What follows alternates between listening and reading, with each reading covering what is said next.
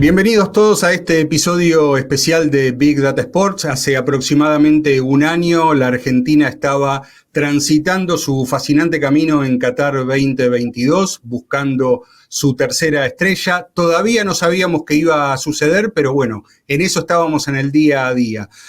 La dinámica del Mundial suele ser muy veloz, los hechos pasan muy rápido, pero todo lo que hace a la parte de atrás, a otro tipo de desarrollos que tienen que ver con los seleccionados, precisan del largo plazo, precisan de un paso más lento del tiempo para poder ser sustentables y para poder mostrar resultados.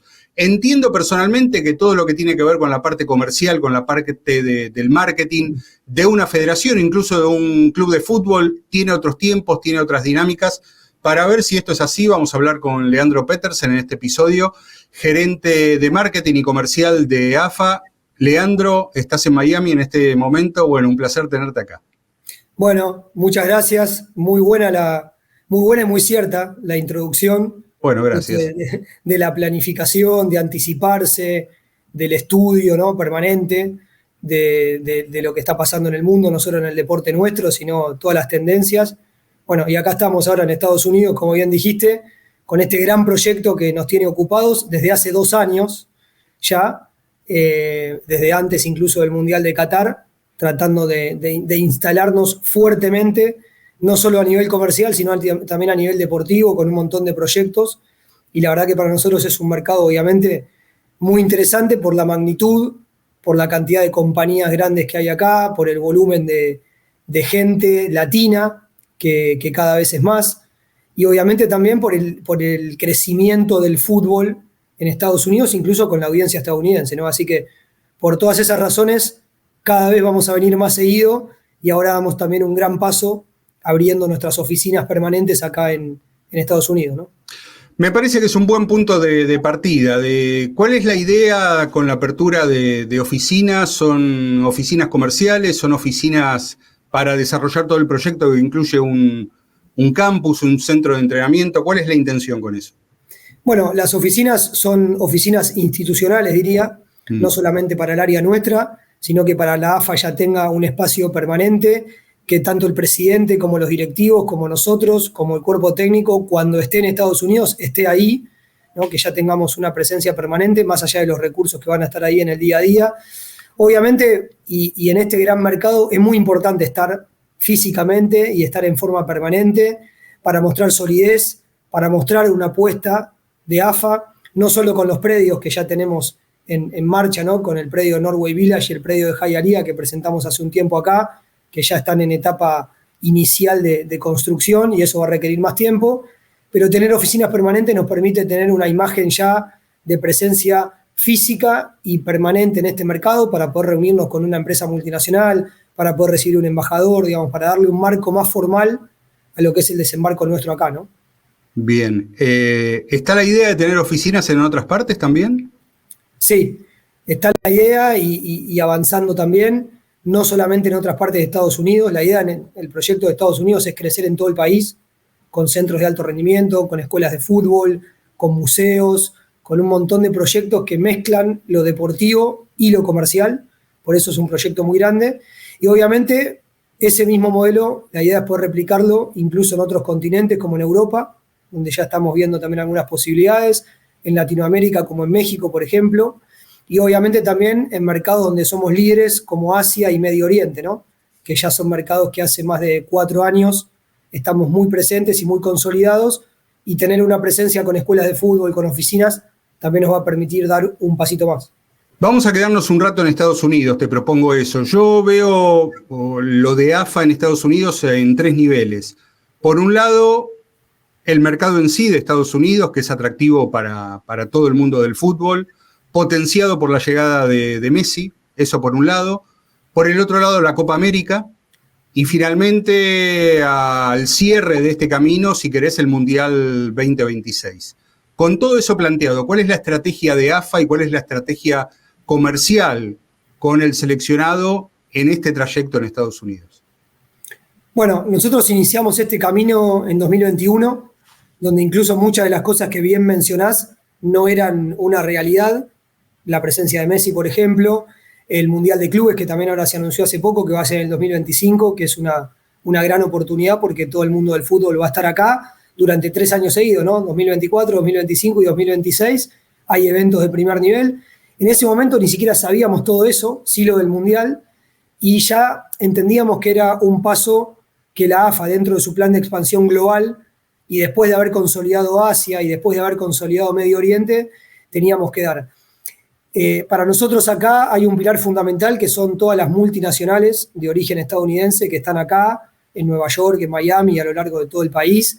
Cerramos un acuerdo muy grande con American Express que presentamos hace poco, que nació en una negociación en Miami, en el evento que hicimos acá, y terminó siendo un acuerdo que abarca toda la región, desde Canadá hasta Argentina, que va a tener foco en Estados Unidos, pero que se hizo mucho más grande.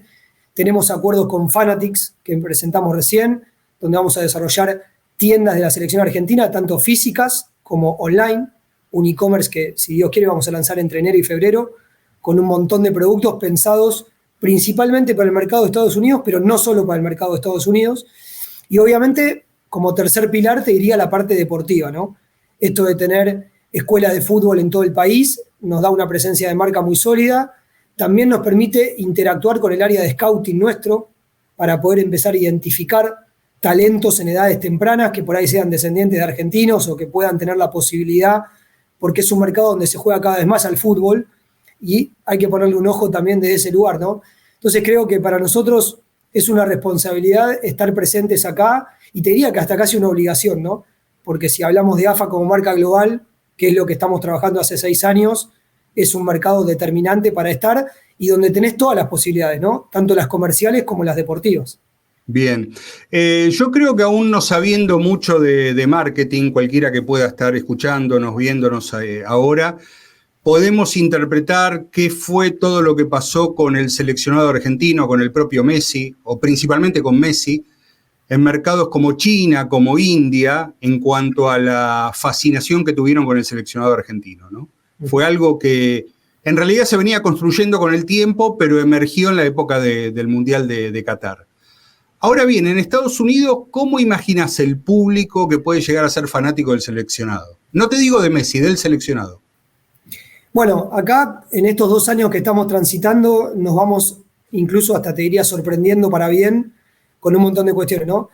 Principalmente con la gran cantidad de latinos que te diría que hoy es una de las poblaciones o la población más importante, incluso dentro de las proyecciones que ellos hacen, en los próximos años va a tener más de 70 millones de personas de origen latino viviendo en Estados Unidos, ¿no?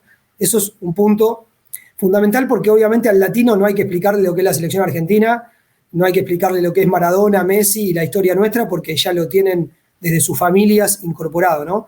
Eso es un público que nosotros ya tenemos, te diría, cautivo, en el sentido de que ya nos conoce nuestra historia, no es que nos conoce por haber ganado el Mundial, sino que nos conoce desde hace mucho tiempo, ¿no? Entonces hay un abanico de muchos millones de personas que es un público para nosotros a quien hablarle, pero que ya es un público calificado, ¿no? Por llamarlo de alguna manera, y que cada vez es más en Estados Unidos, crece a un ritmo muy grande.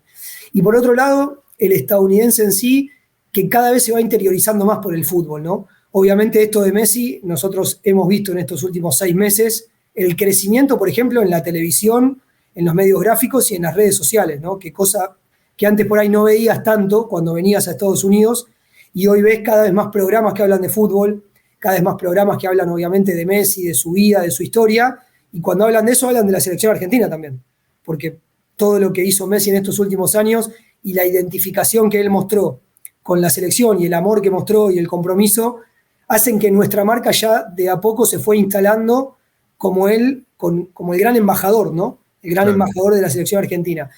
Y desde el punto de vista nuestro, creo que aliarnos con las empresas más grandes de Estados Unidos es la estrategia más, te diría, no la más fácil porque no es sencillo cerrar un acuerdo con Amex o con Fanatics o con socios.com o con cualquier compañía grande. Cualquiera que está en la industria sabe que lleva mucho tiempo y que muchos meses de negociación, pero es una gran forma de ingresar al mercado, ¿no? Por eso buscamos siempre aliarnos con los líderes en cada rubro, porque entendemos que ellos también nos van a hacer llegar a cada vez más millones de personas, ¿no? Y eso es un poco la estrategia nuestra. Por eso vamos con Fanatics a construir un e-commerce que es la misma empresa que desarrolla el e-commerce de la NBA, de la NFL, del hockey. Entonces, siempre creo que la mejor manera de ingresar a estos mercados es de la mano de los líderes. Y además teniendo en cuenta que desarrollamos nuestras redes sociales en inglés ya desde hace casi un año y hoy superamos los 4 millones de seguidores y estamos creciendo a un ritmo de más de 500.000 seguidores por mes, ¿no? Que es, la verdad, algo que también superó la expectativa nuestra y que nos indica que hay un interés muy grande por consumir contenidos de la selección argentina. No solamente de la selección actual, sino de la historia del fútbol argentino. Bien, eso es interesante. El contenido volcado en inglés en las redes oficiales de AFA y de la selección. ¿Es un contenido de mera traducción de lo que AFA comunica o la selección comunica tradicionalmente? ¿O es un tipo de contenido curado para ese mercado? Es un contenido pensado específicamente para este mercado. Nosotros hicimos una alianza con Football Science Network, que es una compañía muy grande que está en toda Latinoamérica y que en Estados Unidos tiene una presencia desde hace mucho tiempo, conoce mucho el mercado y también conoce mucho el mercado latino porque su fundador es argentino y muchas de las personas que trabajan allí son argentinos. Y tenemos un equipo de gente que solo trabaja contenidos pensados para el mercado, principalmente el mercado de Estados Unidos, ¿no? Pero también pensado para el mercado global. Entonces son contenidos propios en idioma inglés, no son los contenidos de las redes en español traducidos, son contenidos específicos pensados principalmente para este mercado. La misma estrategia que hicimos en su momento en China, la misma estrategia que hicimos en Medio Oriente. Siempre buscar una agencia local que conozca el mercado, que conozca la cultura, porque un contenido que funciona en Estados Unidos, vos lo querés subir en Arabia y no tiene engagement en absoluto porque son dos culturas distintas, ¿no? Entonces siempre tratamos de ir caminando con una agencia que ya haga muchos años que esté acá o que sea de ese país para que conozca la audiencia a la que le estamos hablando, que la va a conocer mucho más que nosotros, que por más que viajemos todo el tiempo, no estamos viviendo acá, ¿no? Entonces yo siempre destaco eso, ¿no? Para asegurarnos el éxito, entre comillas, o estar más cerca y tratar de acortar pasos en tiempos y en inversión, siempre hay que buscar un socio local que ya haya hecho esto y que haya sido probado, ¿no? su recorrido en el deporte. Uh-huh. Recién mencionabas el caso de American Express, que es un sponsor regional, ¿no? Correcto. Para AFA. Cuando uno piensa en las grandes compañías norteamericanas de cualquier rubro, uh-huh, es como medio difícil pensarlo solamente como partners regionales, ¿no? Porque la gran cantidad de marcas y de las diferentes industrias, por lo general son empresas conocidas en todos lados. ¿Qué tiene que pasar para que, en el caso de las empresas norteamericanas, ya vamos a hablar de las chinas, qué tiene que pasar para que esas compañías pasen de regional a global? Bueno, mira, justo diste un ejemplo que si todo va bien, quizá en breve demos el paso a global, ¿no? Estamos justamente en ese camino con un acuerdo que empezó como regional. También hay algunos rubros que nosotros tenemos bloqueados en Asia.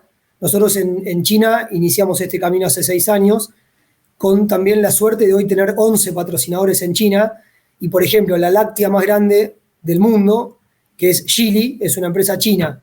Nosotros no podríamos tener una láctea estadounidense que abarque el mercado global, porque ya tenemos un continente cubierto como el de Asia. Lo mismo en India, tenemos un acuerdo con Amul, que es la láctea más grande. Nombro este rubro como un ejemplo solamente, no para profundizar. A lo que voy es, hay un montón de compañías estadounidenses multinacionales que están en todo el mundo, pero hay algunas que en mercados como Asia tienen poca presencia, porque las propias empresas chinas, y sobre todo a veces por la disputa geopolítica que hay, tienen colonizado ese mercado. Entonces, si vos querés tener un acuerdo grande en Asia, siempre te va a convenir ir con una empresa china que con una empresa estadounidense. Y al revés, si vos querés tener una fuerte presencia en Norteamérica, por más que haya empresas chinas acá, siempre es mucho mejor llegar de la mano de una compañía de origen estadounidense. Entonces, dentro del mapa de patrocinio nuestro, tenemos muy estudiado ese tema, ¿no? De siempre ir con los líderes de la región y obviamente si está el rubro disponible, poder hacer un acuerdo global, como el caso de American Express, que seguramente termine siendo global porque el rubro está disponible. Pero hay muchos rubros que no están disponibles. Por ejemplo, Mitsubishi es sponsor en China. Entonces, tener una automotriz hoy que sea global ya no podríamos. Y así te puedo nombrar muchos ejemplos de un trabajo que iniciamos primero en Asia y que por suerte dio sus frutos y por eso tenemos este panorama hoy, ¿no? Sí, es un dato obvio, pero hay que marcarlo. Bloquear algo regional en China o en India implica hablar de países que van de los 1.000 millones de habitantes para arriba, ¿no? Entonces, 1.400 en China y ahora en India un poquito más. El mes pasado pasó India a ser el país más poblado del mundo y China el segundo. Entre los dos suma más de 3.000 millones de personas. claro. Así que eso es verdad, que hay gente que por ahí en Argentina sabe que son países grandes, pero no lo dimensiona, ¿no? Son los dos países más poblados del mundo y tenemos la suerte de que son países que tienen mucho afecto por Argentina y mucho amor por los futbolistas argentinos. Entonces, claramente son dos mercados determinantes para nosotros. Bien, Leandro, en los últimos partidos de eliminatorias, a lo mejor pasó antes y yo me lo perdí, puede pasar, noté la presencia de marcas del mercado chino en la estática, en el estadio. ¿Eso fue nuevo o realmente me lo perdí antes? Eso fue nuevo, no te lo perdiste, porque aparte Okay. sé que estudias mucho la industria, así que difícil que te lo pierdas. Eso fue nuevo y es otro paso de esto que te comentaba recién que queremos empezar a dar, ¿no? También pasa que hay un montón de compañías asiáticas y principalmente chinas que a veces empiezan con sus planes de desembarcar en Latinoamérica, que por ahí hoy no tienen presencia y de a poco empiezan a querer poner un pie en otros continentes. Y qué mejor que hacerlo de la mano de la selección argentina, ¿no? Hoy un partner en Latinoamérica que te dé la visibilidad que te da la selección argentina es difícil de encontrar. Entonces, de a poco también estamos empezando a recorrer ese camino, ¿no? De acuerdos que nacen en China, pero que por ahí son empresas que de repente empiezan a expandirse en el resto del mundo y podemos ampliar territorio para que también estén presentes en nuestro país con estática, con acciones en redes y quizá el día de mañana también con acciones físicas también, ¿no? Bien, ¿qué es la selección argentina hoy en China? ¿Qué hay? ¿Qué hicieron ahí? Bueno, mucho. Arrancamos con una gira comercial allá por el principio del 2019, donde no teníamos nada. Me acuerdo que fuimos con Tapia y con Mascherano, siempre cuento esto de que en un auditorio con 50 CEOs le contábamos los planes y cuando bajamos y empezamos a hablar, conocían a Messi, conocían a Di María, a Riquelme, pero no tenían la menor idea de lo que era hacer cosas con la marca AFA, ¿no? Y nos preguntaban, bueno, pero ¿esto cómo sigue? Porque ustedes no tienen redes sociales, no tienen página web en chino, no están acá. Entonces, el primer paso que dimos fue construir una marca de cero, te diría. Hicimos todas las redes sociales en China, que por ahí hay mucha gente que no lo sabe y siempre lo aclaro. En China están bloqueadas las redes estadounidenses, es muy difícil conectarse a Facebook, a Instagram, no hay un acceso fácil por las restricciones del gobierno y ellos tienen sus propias redes donde hay 3.000 millones de personas o un poquito menos. Entonces nos dimos de alta en todas esas redes, que son 5 redes las principales, después hay otras menores. Empezamos a subir contenido con nuestra agencia local, All Star Partner, que la elegimos porque ya tenía experiencia con la NBA, con la Liga de España, con el Tottenham, con la Premier League, y la verdad que nos acortó el camino porque ya sabían qué hacer. Sabían lo que funcionaba, sabían lo que no funcionaba. Hicimos un e-commerce en la red de Alibaba que se llama Taobao, que hoy tenemos más de 250 productos. Es el e-commerce que más vende a nivel marcas deportivas, más que los clubes de Europa, incluso por segundo año consecutivo. Ahora empezamos con el proyecto de tiendas físicas. Tenemos una tienda en Beijing, un AFA Store, tenemos un AFA Store en Shanghái y vamos a seguir abriendo AFA Store por todo China. Y tenemos 10 patrocinadores chinos que lo hicimos en conjunto con Wanda Group, que fue nuestro brazo comercial durante el 2021 y durante el 2022, que probablemente lo continúe siendo, porque estamos hablando para que sigan, y nos acercaron a las 10 compañías más grandes de China, ¿no? Entonces, la verdad que hoy vas a China y entras a un supermercado y tenés papas fritas de la selección argentina, tenés el agua de la selección argentina, bueno, tenemos una variedad de productos, siempre aliándonos con las empresas más grandes en cada rubro, ¿no? Hicimos una edición limitada de 100.000 4x4 con Mitsubishi, que se vendieron todas. Entonces, la verdad que hoy la marca Selección Argentina en China es una marca 360. Tenemos presencia en redes, tenemos presencia en un supermercado, tenemos presencia en una concesionaria, prendés la tele y hay comerciales de la Selección Argentina. Bueno, un trabajo de 5 años que es poco tiempo, porque la Premier League y la Liga de España llevan más de 20 años ahí, y competimos contra ellos, competimos contra la NBA, competimos contra el Real Madrid, competimos contra propiedades deportivas muy globales también, ¿no? Mm. Hace poco me crucé en LinkedIn una especie de mapa, un planiferio donde mostraba dónde la AFA tenía en este momento intereses comerciales. Te hago hacer un poco de memoria. Uh-huh. ¿Dónde está la AFA ahora y haciendo qué? A grandes rasgos, ¿no? Bueno, te diría los más importantes, estamos muy fuertes en Asia, principalmente en China, pero también en algunas otras regiones de Asia. Ese fue el primer paso que dimos cuando asumimos la gestión, porque entendíamos que ahí estaban los capitales más importantes y ya sabíamos que había un interés también de la gente, ¿no? Por la selección argentina.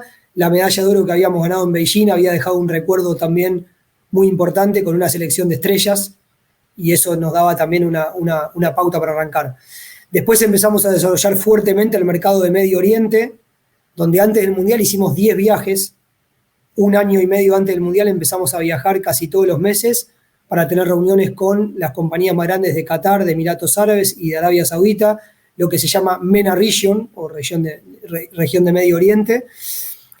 Nos instalamos fuertemente ahí y eso nos permitió llegar al Mundial con una marca que ya era conocida y que todas las compañías o los CEO de las compañías ya sabían lo que era la selección argentina y obviamente después, a medida que íbamos avanzando en el Mundial, incluso cerramos algunos sponsors en pleno Mundial, como el banco más grande de Medio Oriente, que es Mashreq Bank.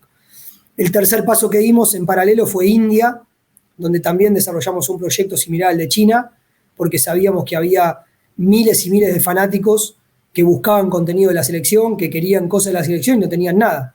Lo único que encontraban era algo que buscaban en Google, pero que no era nuestro, ¿no? Entonces hicimos un proyecto. Hoy tenemos 5 patrocinadores en India, que son los 5 holdings más grandes de India, ¿no? Tata, Amul, Xiaomi, Bikash y ahora la empresa de lácteos y de snacks más grandes de India son patrocinadores de la selección argentina. Y obviamente como cuarto punto importante el mercado de Estados Unidos, que es donde estamos ahora, donde vamos a hacer esta apertura y donde hace 2 meses hicimos la presentación oficial con Tapia y con Scaloni en un evento que juntó más de 500 personas del arco político, del arco empresarial, del arco deportivo, con la MLS presente. Esos son nuestros mercados más importantes por peso de facturación, por población que hay en esos países y obviamente porque hay miles y miles de personas que se interesan por la selección y obviamente ahora cada vez más, ¿no? Sí, a veces cuando veo la dinámica de anuncios, de acuerdos que firman y tipos de patrocinio, incluso lo de la apertura de las redes sociales, primero en China, después en Estados Unidos. A ver, lo digo de una manera que quiero que se interprete bien. Veo que la AFA tiene como la estrategia de un club europeo, no de una federación. Sí, ves lo correcto. Digamos, nosotros somos muy ambiciosos en el buen sentido. Yo es el 6º año que estoy en este proyecto y creo que la marca AFA en el mundo estaba prácticamente en cero cuando nosotros asumimos esta gestión.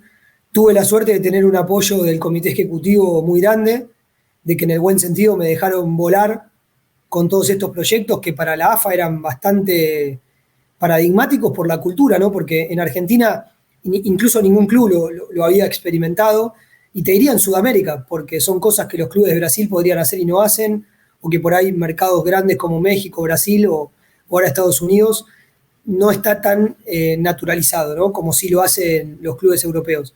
Nosotros queremos ser una de las marcas más globales del mundo, queremos disputarle el territorio y el mercado a los clubes europeos claramente porque competimos con ellos. ¿Por qué competimos con ellos? Porque cuando vos vas a hablar con una compañía multinacional, el presupuesto que tiene para invertir en deporte es limitado. Entonces, es patrocinar a la selección argentina, al Manchester City, a la selección de Portugal o a la NBA, por darte ejemplos, ¿no? Y nosotros hoy estamos en esa mesa. Estamos en la mesa de análisis de todas las multinacionales. Estamos en la mesa de análisis de los gobiernos que tienen presente que la Supercopa Argentina se puede llevar a China, se puede llevar a Medio Oriente, que tienen presente que la selección argentina es una marca que si vos llevas un partido amistoso vas a llenar el estadio. ¿Por qué? Porque hay mucho contenido alrededor de eso, además del éxito deportivo, que obviamente es importante. Con lo cual, la estrategia va a seguir siendo esa. Nosotros queremos estar presentes en todo el mundo, queremos trabajar con las compañías más grandes de todo el mundo, queremos tener academias del fútbol argentino, porque somos, junto con Brasil, el país que más exporta futbolistas en el mundo, mucho más que los europeos. Entonces, ¿por qué no vamos a estar ahí? Creo que la Argentina ha desperdiciado una oportunidad histórica, el fútbol argentino, que ahora estamos poniendo en valor y que agresivamente vamos a seguir por ese camino, ¿no? Está claro que el factor Messi influye, le influye a cualquiera, le influyó a Barcelona en su momento, ni que hablar ahora al Inter Miami o a una compañía como Apple, cambia cualquier ecuación Messi, y Messi desde hace mucho tiempo está dentro, es un activo principal de la AFA y del seleccionado argentino. Ahora, ¿cuánto cambió con Messi campeón del mundo el asunto comercial? Te diría que no tanto. Quizá para sorpresa de los que lo escuchen o del imaginario colectivo, ¿no? La verdad es que yo creo que el gran cambio que sí yo noté fue, te diría, en el periodo de la Copa América 2021 y post-Copa América 2021.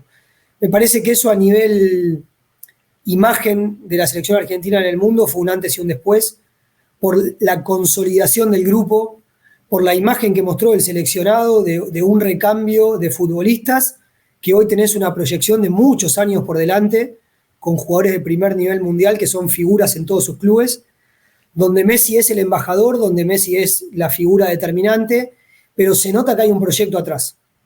Me parece que eso fue, y también hablando, no solamente una percepción mía, ¿no? Hablándolo con el CEO de una multinacional o con alguien que va a invertir en la AFA, todos te marcan eso. Te dicen, la verdad que nosotros vemos que hay un proyecto, que hay un recambio, que hay futbolistas de primer nivel que se van sumando con naturalidad, ¿no? Porque cuando vos ves lo que pasó en el Mundial, con Enzo Fernández, con McAllister, con futbolistas que por ahí antes del Mundial no venían siendo titulares, ¿no? Y de repente se suman con tanta naturalidad y ves que hay un proyecto muy grande atrás, ¿no? Y obviamente también en lo comercial. Ves que la AFA sigue abriendo oficinas en el mundo, ves que las multinacionales se van sumando, y eso es un llamador, ¿no? Tener marcas hoy como McDonald's, como Coca-Cola, Adidas, American Express, Konami, Amul, y podría nombrar muchas porque son más de 50. Fanatics en Estados Unidos, compañía que cotiza en bolsa. Entonces, hoy en día, cuando vas a hablar con una multinacional y ven ellos todas las que hay, es como más fácil, ¿no? Sumarse, porque ya te está sumando algo que es muy robusto, ¿no? Y creo que el cambio, por lo menos desde mi percepción, fue después de la Copa América 2021. Me parece que ya al Mundial llegamos como una marca muy sólida y que sabíamos que el Mundial iba a ser bueno. Obviamente nadie tenía la bola de cristal para decir que íbamos a ganarlo, pero se percibía que había un proyecto sólido. Y me parece que eso lo ven todos, ¿no? El periodismo, las marcas, los hinchas, es lo que se transmite. Bien, mucha de la audiencia que tenemos es audiencia muy interesada en la tecnología, en la innovación, en el marketing, en las novedades. Venimos de años muy especiales, ¿no? Con la pandemia, con la aceleración de ciertas cosas, en su momento las criptomonedas, los NFT, un camino de ensayo y error donde todo el mundo se metió y estaba obligado a meterse. De cara a 2024, desde lo que te toca a vos hacer y actuar, ¿qué olfateas que va a venir o qué va a pasar? ¿Para dónde están yendo? Porque lo tecnológico y lo comercial está todo ligado ahora, ¿no? No son escenarios ni alternativos ni aparte, funciona todo junto. ¿Qué podrías contarnos que desde la industria del área de marketing comercial se intuye que puede pasar para adelante? Bueno, ahí nombraste un tema que solamente voy a hacer un apéndice porque me parece muy importante, ¿no? El tema de las criptomonedas, los NFTs, toda la revolución que se vivió y que hoy parece que es una caída estrepitosa, ¿no? Y yo siempre digo lo mismo, ¿no? Nosotros como referentes de la industria, porque ocupamos un lugar de referencia y que mucha gente escucha y ve lo que hace la AFA, la Federación de Brasil, el Real Madrid, creo que hay que ser muy prudentes con ese tema. Nosotros hemos tomado la decisión en su momento de no firmar exclusividad con nadie. Hicimos muchísimos acuerdos de NFT y de cripto que nos han dejado muchos dividendos a nivel económico muy importantes. Bueno, sin ir más lejos, el acuerdo con Binance, que fue el acuerdo de patrocinio más importante de la historia de la AFA, ¿no? Para poner en valor, y que hace unos meses ese acuerdo finalizó y que hoy es una compañía que también está con algunos inconvenientes, ¿no? A nivel mundial. A lo que voy es, siempre con estas revoluciones o con algo que parece que viene para arrasar con todo, hay que tener mucho cuidado. Nosotros tenemos un abanico de unidades de negocio que tiene que ser cada vez más robusto, y siempre digo lo mismo, ¿no? La economía de AFA tiene que ser cada vez más heterogénea, no tiene que depender como dependió históricamente de 2 o 3 fuentes de ingreso. Obviamente hoy el patrocinio para nosotros es el ingreso número 1 de la federación. Hemos presentado el balance de AFA hace menos de un mes en asamblea y quedó claro en los números que hoy el patrocinio es lo que a nivel económico es más representativo, incluso más que los derechos de TV. Hemos podido revertir también esa torta histórica de ingresos, donde siempre estuvo muy atado a los ingresos clásicos, y hoy estos ingresos y estas distintas formas de patrocinio se han logrado consolidar. Lo que veo de acá para adelante es volver también un poco a lo que es la experiencia, y estoy viendo mucho eso, ¿no? Más allá de la tecnología, todo lo que tiene que ver con esto que hablábamos recién, ¿no? De los NFT, de los fan tokens, de todo lo que tiene que ver con la interacción digital. También me parece que se produjo como una saturación en un punto de eso, y hoy veo también que las marcas priorizan mucho la experiencia física.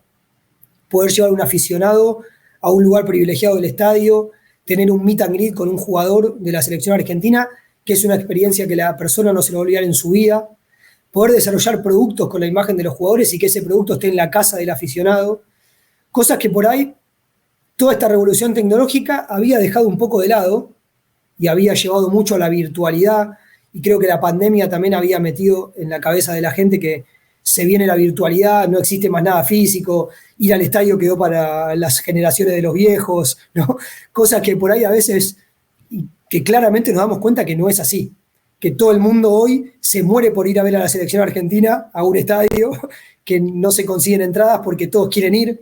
Y si yo te digo, bueno, pero míralo por streaming, que es lo mismo, me dice, no, estás loco, ¿cómo va a ser lo mismo? Yo quiero ir a la cancha. Entonces, también, no para decir que la tecnología no va a seguir avanzando, porque claramente va a seguir avanzando, y por ahí ahora hay algunas compañías que están pensando en cosas que ni nosotros sabemos, ¿no? Pero yo digo prudencia con esas cosas, porque el deporte, si hay un activo que tiene, es la cercanía entre el deportista y la gente, que eso vale oro. Si vos vas a un meet and greet con Messi, no te lo vas a olvidar en tu vida. Y una experiencia virtual, yo creo que sí te la vas a olvidar. Entonces yo digo que las marcas veo que también están buscando eso, como volver un poco a las fuentes y acercar al fanático con la propiedad deportiva de una forma que sea inolvidable de verdad.